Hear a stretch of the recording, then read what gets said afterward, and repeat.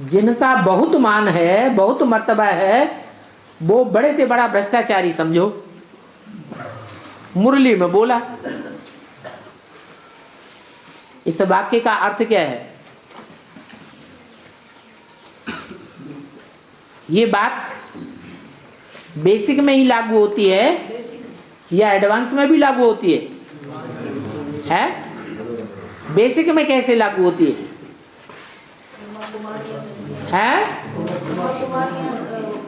ब्रह्मा कुमारियों में भी मुख्य कौन है? कुमार का दादी के लिए बोला गया। ऐसे ही एडवांस में कौन है? ब्रह्मा कुमारी, कुमारिका का बीज। यहाँ कोई कुमारिका का बीज है या नहीं है? कौन है? इस्लाम धर्म का जो बीज होगा, हाँ, जो बीज होगा वो ज्यादा पावरफुल होगा या जड़ ज्यादा पावरफुल होगी? बीज ज्यादा पावरफुल है। वो कौन है? माया बेटी ने किससे हाथ मिला लिया? जगदम्बा से हाथ मिला लिया। इतना मान मर्तबे वाली है कि जब उसके हाथ में ब्राह्मणों की दुनिया की सत्ता आ जाएगी तो सारी ब्राह्मणों की दुनिया की पालना कौन करेगी? जगदम्बा करेगी। तो सबसे जास्ती मान मर्तबा किसका हुआ? जगदम्बा का हुआ। लेकिन जो मान मर्तबा देने वाले हैं वो ये जानते हैं कि ये डूबी जा होने वाली है? जानते हैं? नहीं जानते। क्या नहीं जानते?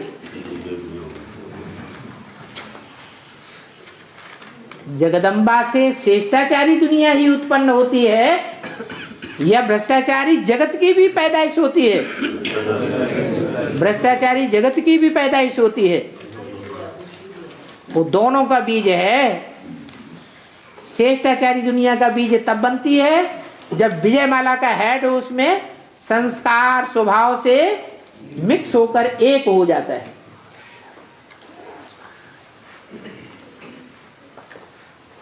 तब श्रेष्ठाचारी दुनिया का बीज बनती है। बाबा जगदम्बा तो सूर्य वंश चंद्र वंश का बीज है। कुल चंद्रवंश श्रेष्ठ है या सूर्यवंश श्रेष्ठ है? फिर भाई कह रहा था इस्लाम धर्म का बीज है। इस्लाम धर्म का बीज थोड़ी है वो। इस्लाम धर्म का बीज भाई के कहने से हो जाएगा?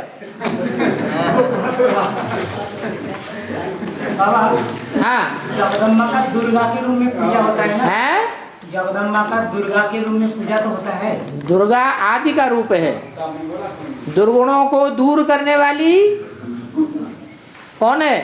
दुर्गा, जगदम्बा। वो दुर्गुण सतयुग के आदि में दूर होते हैं या कलयुग के अंत में दूर होते हैं या बढ़ जाते हैं? आदि में दूर होते हैं तब दुर्गा है शूटिंग पीरियड में, और जब बढ़ जाते हैं दुर्गुण तब क्या है? महाकाली।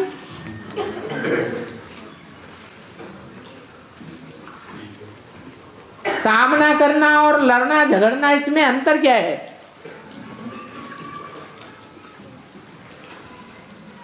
कोई अंतर है? क्या अंतर है? सामना करते हैं तो भी लड़ाई झगड़ा सामने आता है, लड़ाई झगड़ा झगड़ते हैं तो भी सामना तो करना ही पड़ता है। दोनों एक ही बातें हैं, लेकिन ये ध्यान देना है किसका सामना करना है और किसका सामना नहीं करना है, कहाँ सामना करना है और कहाँ सहन करना है। इस बात पर मुख्य मदार है। इस जन्म का दिया हुआ इसी जन्म में लौटा दूंगा और 21 जन्मों के लिए इंटरेस्ट में भी दे दूंगा।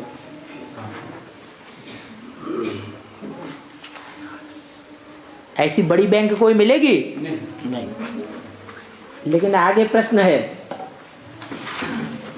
इस बात के लिए बाबा ने कहा है कि विनाश के टाइम पर बाबा के भंडारे से बच्चों की पालना होगी। उस विनाश के टाइम पर दुनिया में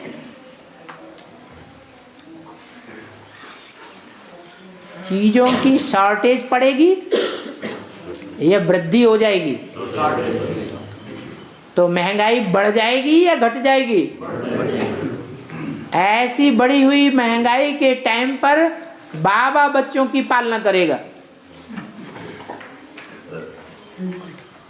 तो अभी का जो दिया हुआ है वो भरपाई होगा या नहीं होगा? हैं? हो जाएगा। लेकिन प्रश्न है, भंडारा भरने वाले तो बच्चे ही हैं। अरे आदिकाल के बच्चे भंडारा भरने वाले हैं या अंत में जो निकलेंगे लखपति, करोड़पति, अरबपति, वो भंडारा भरने वाले हैं? हैं? आदि में अभी भंडारा भरने वाले हैं, लेकिन जो अभी का भंडारा है वो विनाश के टाइम पर काम आएगा? हैं? नहीं आएगा। अभी तो क्या देते हैं? चावल चपटी देते हैं, कौड़ियां देते हैं, और विनाश के टाइम पर हीरे लेंगे, हीरे। जबकि करोड़पतियों की गड्डियां सड़कों पर पड़ी रहेंगी और उनको खाने के लिए रोटी नहीं नसीब होगी। तब इस भंडारे का प्रभाव का पता चलेगा। जो भंडारा आज भी जगन्नाथ भंडारे में विख्यात है। एक एक कणा दाना का बहुत महत्व होता है। वहाँ जगन्नाथ भंडारे में जो भंडारा खाने वाले हैं वो एक एक चावल को बड़े प्यार से खा जाते हैं। रोटी का मंदा भी खाया है ना, रोटी। बाबा ये सब फूल भंडारा होगा, सब होगा, दोनों तरह का होगा। दोनों तरह का होगा। अरे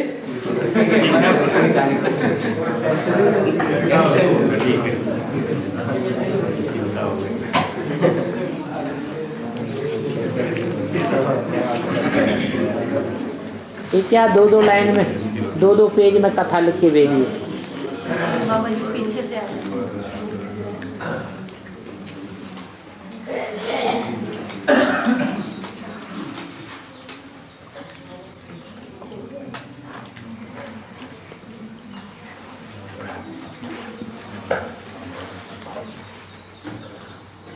बाबा मुरली में बोला गया क्राइस्ट को सूली पर चढ़ाया गया, वो भी प्योरिटी की बात थी। तो इसमें बेहद की शूटिंग ब्राह्मण परिवार में कैसे होती है? क्राइस्ट और कृष्ण की राशि मिलाई जाती है। क्राइस्ट के जीवन में जो भी चरित्र हुए वो किससे टैली किए गए हैं? कृष्ण के साथ।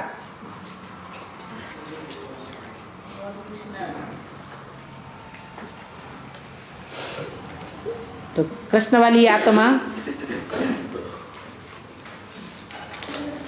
जो बैल के रूप में पार्ट बजाने वाली है,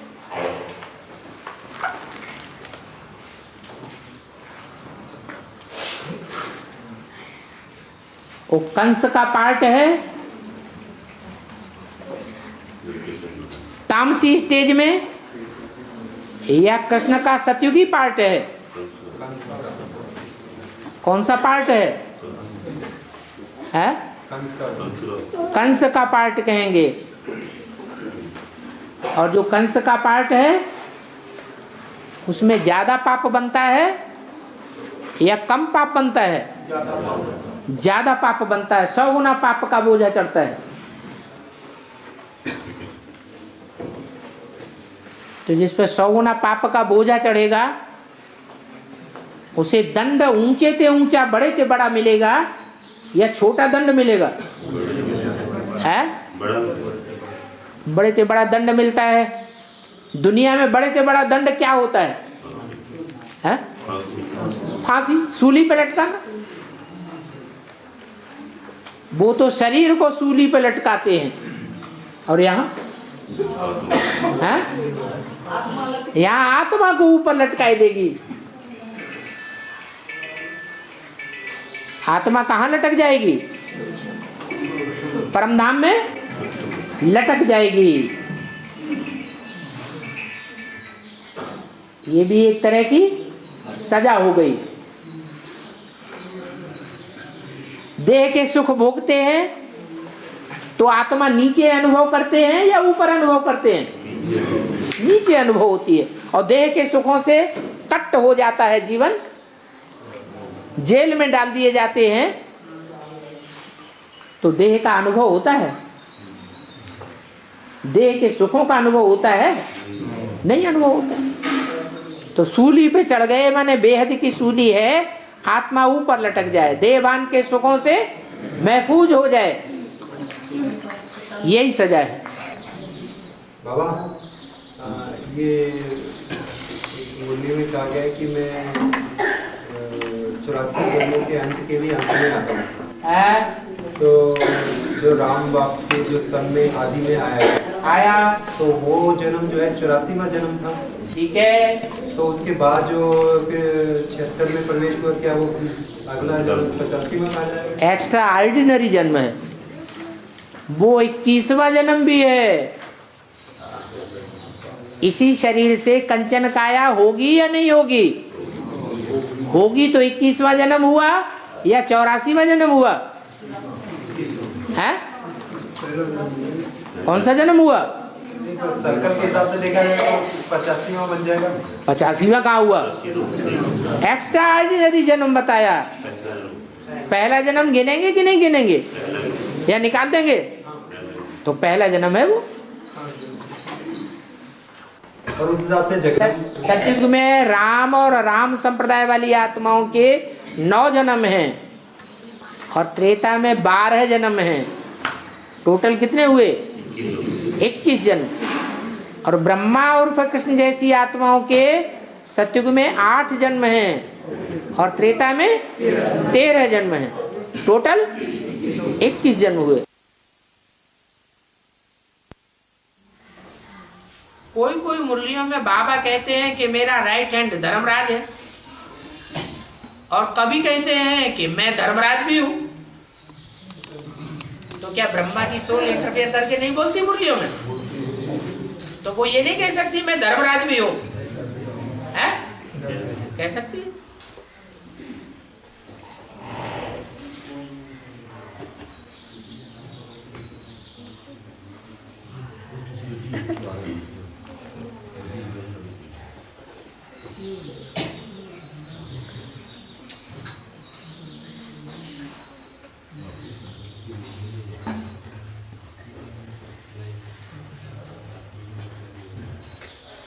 एक मुरली में कहा है कि सतयुग में देवी देवताएं बुद्धू होते हैं।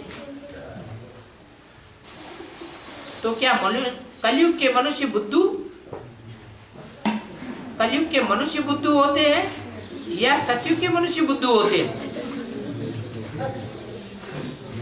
किस कारण कहा कि सतयुग के देवताएं बुद्धू होते हैं? ज्ञान नहीं रहता, कि बुद्धि में ज्ञान होता नहीं है, और कलयुगी मनुष्यों की बुद्धि में भगवान आकर के ज्ञान देते हैं, तो होता है या नहीं होता है? होता है।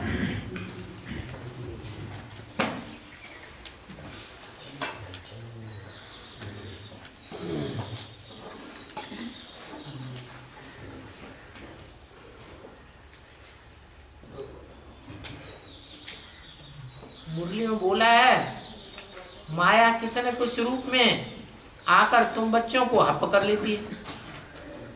तो क्या बाबा क्लास में सोना भी माया है? माया सुलाए देती है ना, तो कभी कभी 2 को इकट्ठा सुलाए देती है, कभी 3 को, कभी 4 लोग सो जाते हैं। तो बाबा माया कितनी होती है जो सारों को साथ साथ सुलाए देती है? माया तो अपने अंदर की कमजोरी की बात है। माया कोई दूसरी चीज है?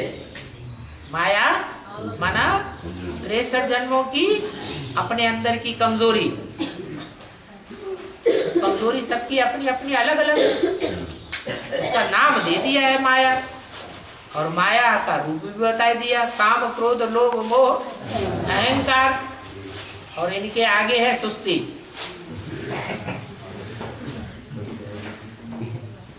जो काम क्रोध लोभ मोह अहंकार इन पांचों से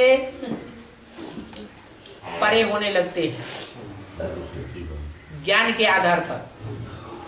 ज्ञान में तीखे होने के कारण माया के ये 5 रूप जिन पर असर नहीं करते, माया उनके ऊपर कौन सा रूप ढाती है? सुस्ती का रूप लाती है। अगर पापों का बोझा ज्यादा बढ़ गया है तो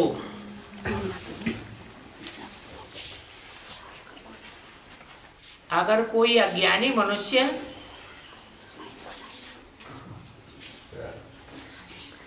बाबा को सरेंडर हुई कन्या को थप्पड़ मार देता है तो उसे गौ घात कहेंगे या उनका हिसाब किताब बन गया?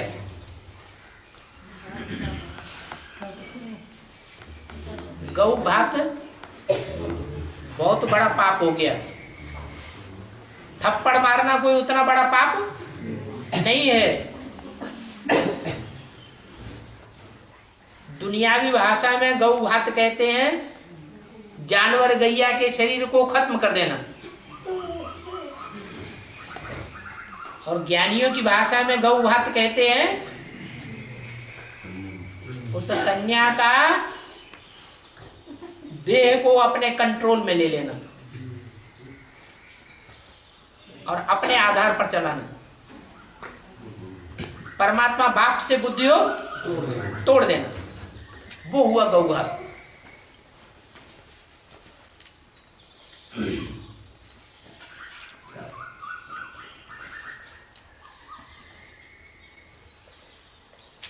टाइम हो गया।